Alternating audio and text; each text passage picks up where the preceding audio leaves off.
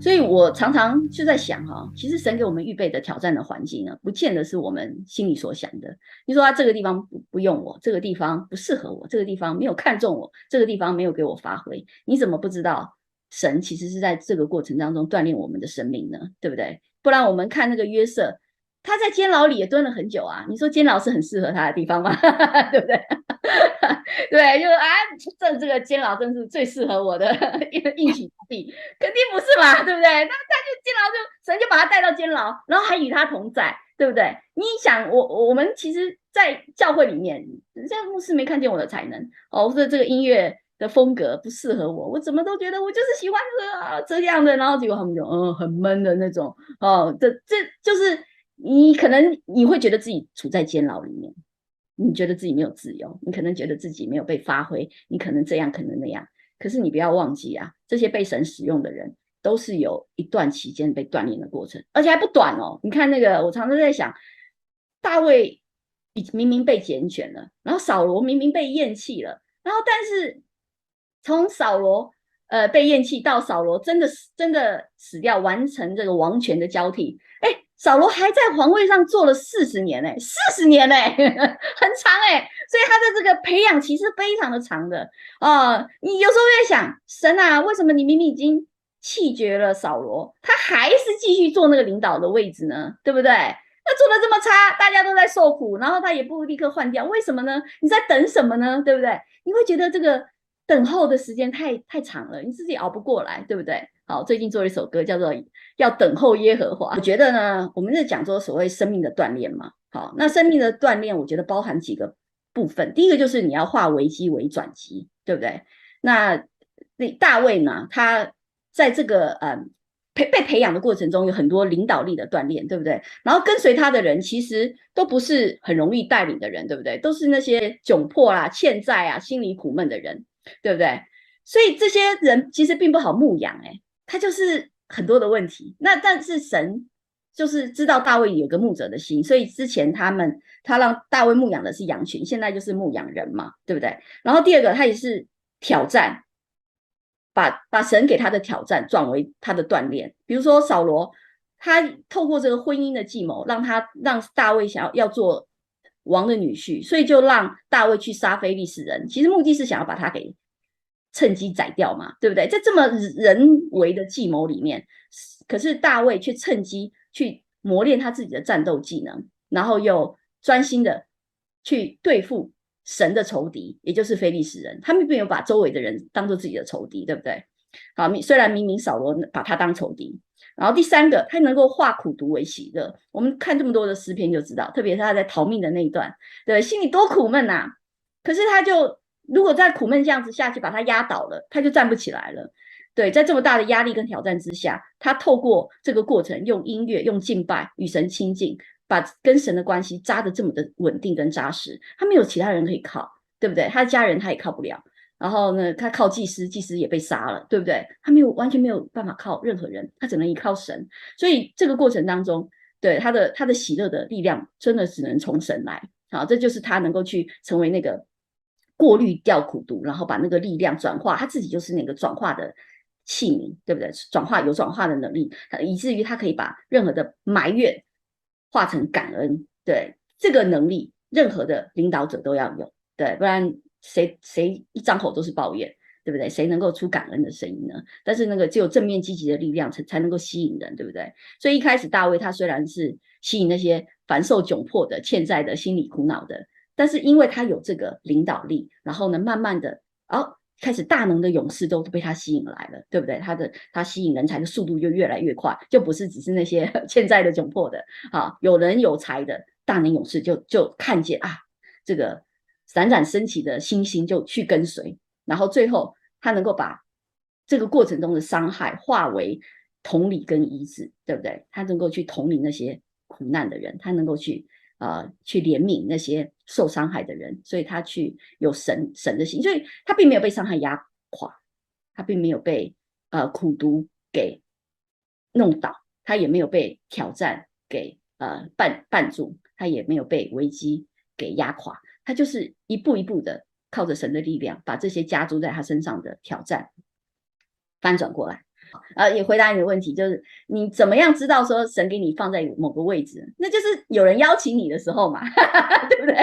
啊，你自己求来的那个我就不确定了哈。但是有人邀请你，那是一个对不对？那别人看见了你的值得分享的价值，他邀请你，好，那你就把握这个机会。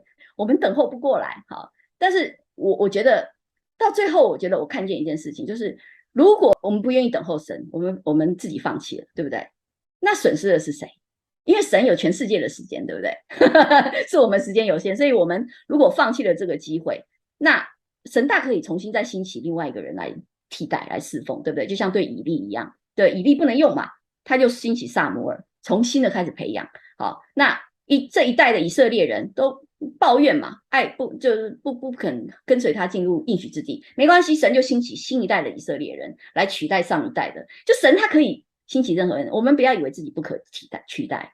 对我自己看我自己很高，对我还不爱侍奉呢，对不对？不是的，等他有他全然的时间可以使用，所以是如果我们放弃了侍奉的机会，损失的是我们会没有办法得到神给我们预备的福分和奖赏，神没有损失的，他可以兴起别人，所以我们要真的要珍惜跟把握。好，我记得我在那次台湾的旅程结束之后，神在这个过程当中让我看见10年前他给我预备的谜题。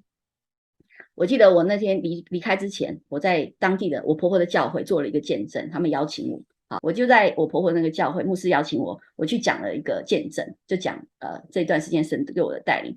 然后在结束之前，我觉得我就那时候跟所有的人在场的人宣布说，我看见了神对我的带领，我看见了神一直在寻求我，我看见了我以前都不晓得要回到父神的家去领取那一份神已经为我预备的属灵的产业。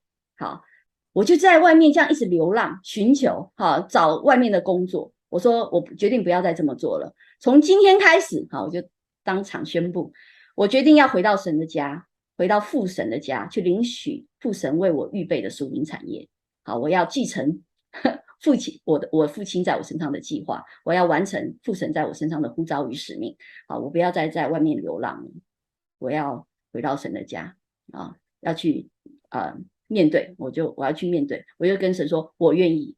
好，所以回头来看哈，就是神其实他在后面的，你说算不算是勉强，或者是怎么样？那不算是勉强，好，即使很多的难处，因为我答应在先嘛。对不对？我答应回到神的家，答应去继承神给我的托付，我要去做，我要去领取我的产业。那这个过程就一定有锻炼跟磨练，一定有难处，这个是肯定的。侍奉不可能没有难处。好，但是我就看这一切的过程当做生命锻炼的机会。如果我没有预备好，我就被扶上那个位置，那我很快就跌落下来，没有办法有那个生命的承载力，那结果更糟。羞辱神的名，那我还不如等呢，对不对？所以我真的要很多的鼓励哦。现在觉得自己没有被看见，自己没有被重视，自己的恩赐没有被使用到，或者是没有去到自己想要侍奉的那个位置，好，或甚至呢，你自己也搞不清楚自己的位置应该是什么，自己的恩赐或者才能，或是我在神国里面的定位是什么的，这些人，这些弟兄姐妹。就是这些答案只有在神自己身上，因为是神自己建立我们的嘛，是神给我们恩赐的嘛。他一开始他知道我们所有 DNA 的蓝图啊，所有 DNA 蓝图都在他身上。好这讲到这个，我又突然想起来了一个例子啊。我在刚刚被神呼召的时候，我记得是2014年重复再呼召，那时候我就不太确定这是不是出于神，我就祷告哈。然后那段期间，我就跟神讲，我说我适合做这件事吗？我不确定哈，我就祷告说主啊，我的才能我不适合做你要给我的带领，因为那段期间，神透过温哥华的弟兄给我一个未来20年的蓝图，我看见都吓坏了。我说这个我可能我不知道啊，我又不知道要怎么反应啊。好，那个时候神就有感动，我应该去做一个性向测验。好，不知道为什么，我就好吧，那就去做吧。结果去做完了之后呢，里面就有一系列的建议工作、推荐工作哈。那里面的工作呢，70%-80%我都做过了，比如老师啦、艺术家啦，好等等，就是这个清单说他建议的工作，其中有一项就是属灵领袖。然后我就有点傻住了，我说这也是可以成为建议的工作哦。然后结果我老公看到就笑了，他说：“哎，你比我还更适合吃这行饭。”我笑死了。对啊，那我就觉得，对他就是分析的非常仔细啊。他不是一个什么基督教的什么什么恩赐测验，没有嘛，他只是就是查验自己的性向啊、个性啊、恩赐啊这些做很详细的测验。那我就觉得神透过那个来告诉我说，是我设计你的，我难道不知道怎么用你吗？是我把所有的才能跟你的个性这些都加在你身上，难道我不知道我应该把你放在哪里吗？好，所以我就觉得自己回头看自己很好笑，怎么会去怀疑神呢？跟神说应该不是，应该我不适合。